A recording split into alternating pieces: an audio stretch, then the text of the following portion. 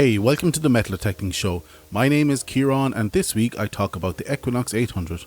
We have our regular tech timeout and of course some news from the world of metal detecting and treasure hunting. So let's get on with the show.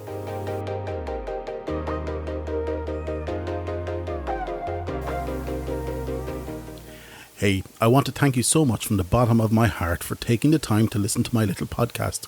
Hopefully I am improving every week, but if you want to interact with the show, and I hope you do, please reach out to me on Twitter at DetectingDe or Instagram at the Metal Detecting Podcast, or if you want to pop me an email to Kieran at themetaldetectingshow.com.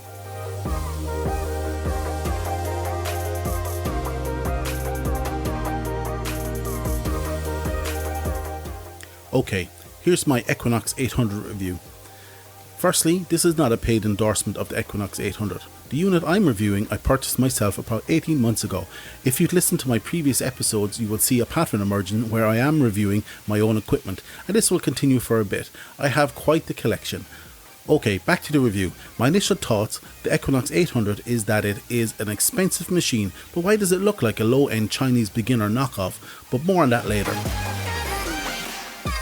So the Equinox was released in September 2017 by Minelab in an effort to loosen the grip the XP Deus had on this price point and performance. Utilising Minelab's multi-IQ multi-frequency technology, the plan was to deliver an all-out performance machine at the lower than £1,000 price point. On release, there was significant buzz around the XP Deus losing its crown and performance prince and crowd favourite status. However, Minelab's gain was short-lived with a swage of what has now become documented as the known issues. For example, the shaft issues, where wobble would be induced over time and the shaft was slowly filled with sand, with the only option to replace the cheap Minelab shaft with an aftermarket lighter carbon shaft. Several other issues emerged and are evident with the Equinox 800. For example, the cuff is huge and what looks to be made of ABS, and what you would expect from a cheaper beginner model. And although the headphones deliver results in sound quality, it is clear to see that these are some off-market rebranded set of airport Bluetooth headphones. You know the ones I mean, the set of headphones you buy at the airport for about $30 just to get you over this trip, because you don't want to be bringing your high-end Bose set in case you lose them. Other issues reported is that the main processing unit can flood if used underwater, even above the rated 10 meters depth, resulting in Minelab replacing several units well within warranty. I myself have never had this issue simply because I never used the Equinox submerged in the sea or river. Despite these known issues, there are many pros as there are cons. So going through the pros.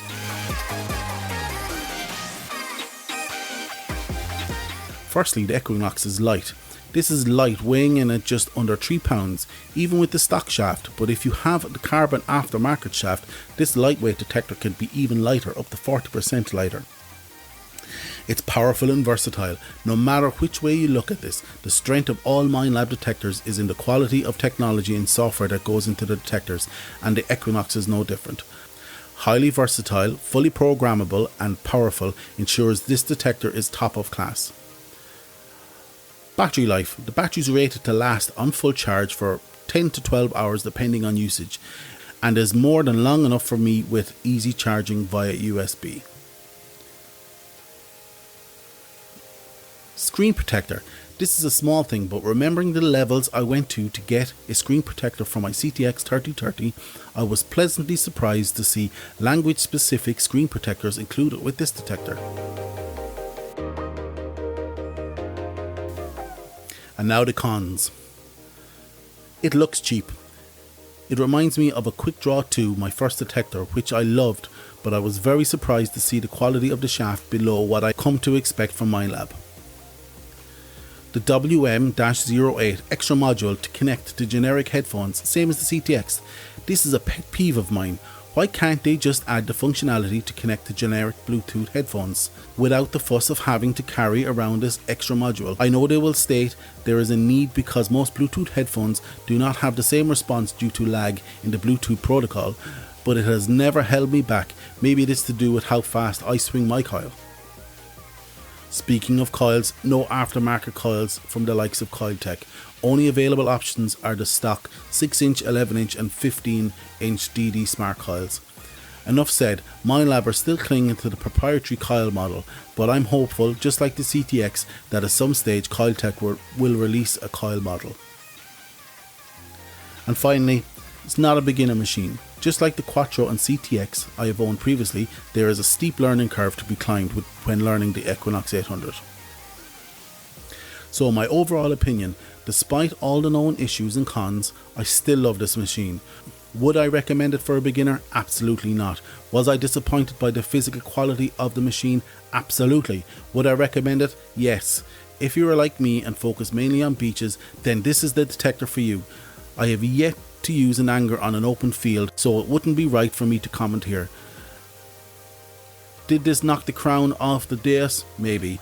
Only time will tell. The XP Deus had similar problems when it arrived, but what can I tell you when the clinching factor for me is the Minelab aftercare service. As with any of my Minelab detectors, I and they hold their customer service as the gold standard in metal detecting. So yes, the Knox 800 gets a thumbs up from me.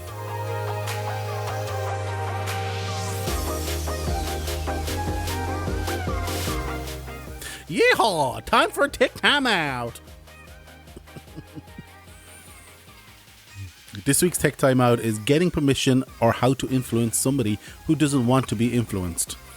Getting permission is one of the fundamental things every metal detectorist has to be good at to be successful at metal detecting. What is the goal when asking for permission? The ultimate goal is to have written documentation signed by you and the landowner granting permission to you to detect on the landowner's land, ensuring you both agree to share the value of any find and indemnify the landowner of any liability resulting in your presence on the property. So this is the goal, but how do you get there? Firstly, you personalize the message. All too often I hear of metal detectors printing off tens of copies of the standard permission document that several websites have available for download, attaching a generic cover letter and sending or dropping to all landowners in their locality. This is the equivalent of spam and will be as successful as spam at about 1 to 2%. So let's do the maths. You are a fairly active metal detectorist and you can probably cover tens of acres in a year, but you have no permissions or have no personal relationships built up. So for you to get the required amount of permissions, you need to do the following based on the spam method. Let's say you need 2 farmers to give permission, which equals 2 successful responses, which also equals 2%. So you need to send out 100 letters to get just 2 permissions. That's a lot of work, time and money to have such a low return on effort. Also, there's no guarantee that the land is actually of good quality for metal detecting either. We talk about targeting particular landowners later. So this example is based on you starting from zero in an area where you know no one. So this is an extreme example, but in reality, you will know someone in the area or you will live close by, which allows you to cater your message to become more personal. For example, hey Farmer Joe, my name is Kieran and I live in the local town. You may know my sister Joan who worked with you last year's Summer Vintage Car Festival, etc, etc, etc. So straight away you've established a personal message and relationship, which will be more likely to get a good response, but still only approximately 7 to 10%. So how do you personalize a message with someone you don't know? Well, that's the point. You will only be consistently successful in requesting permission if you have established some form of relationship with the landowner prior to requesting permission. Using the previous example, it would be impossible to form relationships with all 100 landowners in your area. So you have to be targeted. And this is where research comes in. Research your locality to identify which lands you think you will be successful metal detecting on. You find out who owns this land either by asking down the local pub, bar or church, or if you must go to the land registry and pay the small fee. So now you have shortened your list to possibly 10 landowners, which if you use the previous spam method to get permission will result in all likelihood a negative result. However, you have increased by a magnitude of approximately 10 the chances of a successful hunt because you know this land is good based on your own research, if you could only get permission. So how do you form a relationship with a stranger or several strangers? There is countless numbers of books and courses online that can help you if this is something you struggle with, but it can be something as simple as striking up a conversation down the local shop, saying hi every time you see them. What I would do is just focus on getting permission from 1 or 2 landowners. Maybe they drink in your local pub or go to your local church, but get familiar with them. This sounds altogether very stalky, and I suppose it is, but this is a very slow and steady method. If you have time, get involved in a local project or club. The landowner doesn't have to be part of it, but it's very likely some person from their family or circle of friends will be involved. What you're trying to do here is build familiarity with the landowner. The more you can do this, the more successful you will be. I'll give you 2 examples and you can tell me which will be more successful. Example 1. You start a new job and on the first day you meet someone you like, someone you would like to know more and go out on a date with, and maybe more. You are super confident and go straight up, and without saying hello, you try to kiss them, or as we say in Ireland, lob the gob. This may be successful in 1 of 100 attempts, but you will have to kiss a lot of frogs to find a keeper. Example 2. Same scenario, but instead of trying to kiss them for the first time, you spend some time getting to know them and them to know you, and whether they or you are actually worth the time. And then, if they think they might like you and you like them, then you can lob the gob. You will be more successful in example 2, but you won't kiss as many frogs. So example 2 is the way to go. You build familiarity and can deliver a personal message with the confidence you will be somewhat successful. You have built up a relationship with the landowner, however small it is. So what do you do now? How do you form a message that will be successful? Your request, either in letter form or in conversation, should contain the following points if you can. The first point, focus on problem solving. You highlight the fact that if permission is given, there will always be a second pair of eyes keeping watch over the land, or if the landowner needs help with something, there will be a second pair of hands should they need it. Provide social proof. If you have permission from one landowner, it is very easy to get permission from another. It will almost act as a reference, so absolutely mention any connections you have to provide a reference.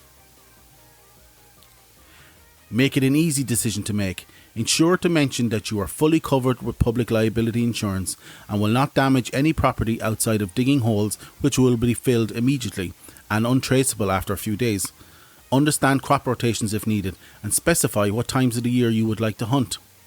And finally, do not pressure for an answer, but check in regularly.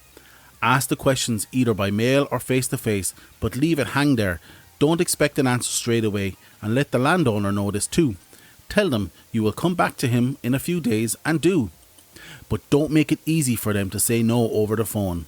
If you can reach out to them for follow-up face to face, do so, because it is very hard to say no to you when you're flutting your eyelashes at them.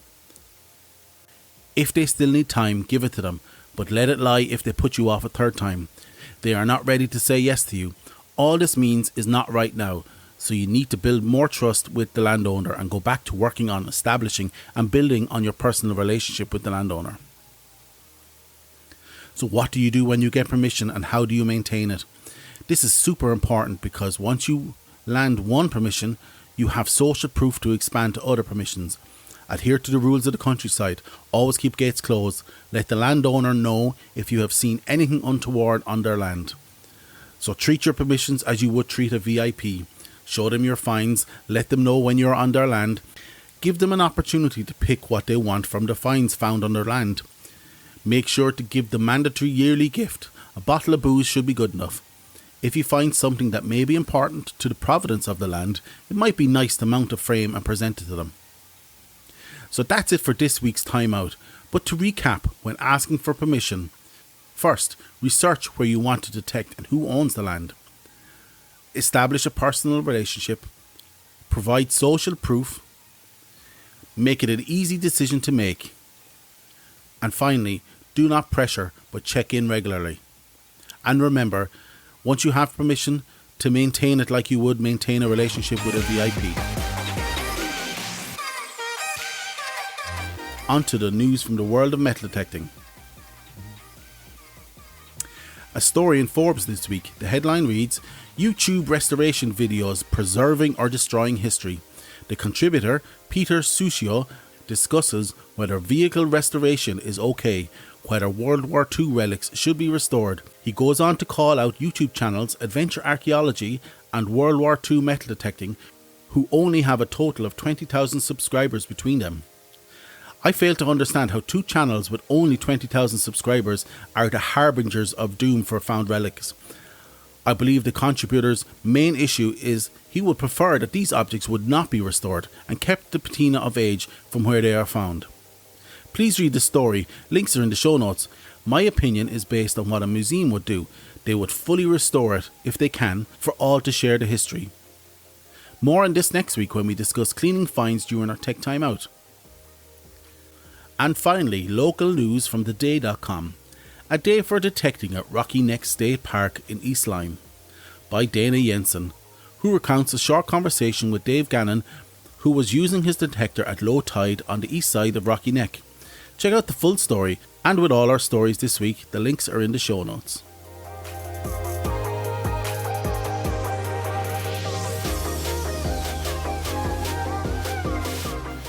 Okay, I hope you liked this episode of the Metal Detecting Show podcast. Follow us on Twitter at DetectingDe or Instagram at the Metal Detecting Podcast.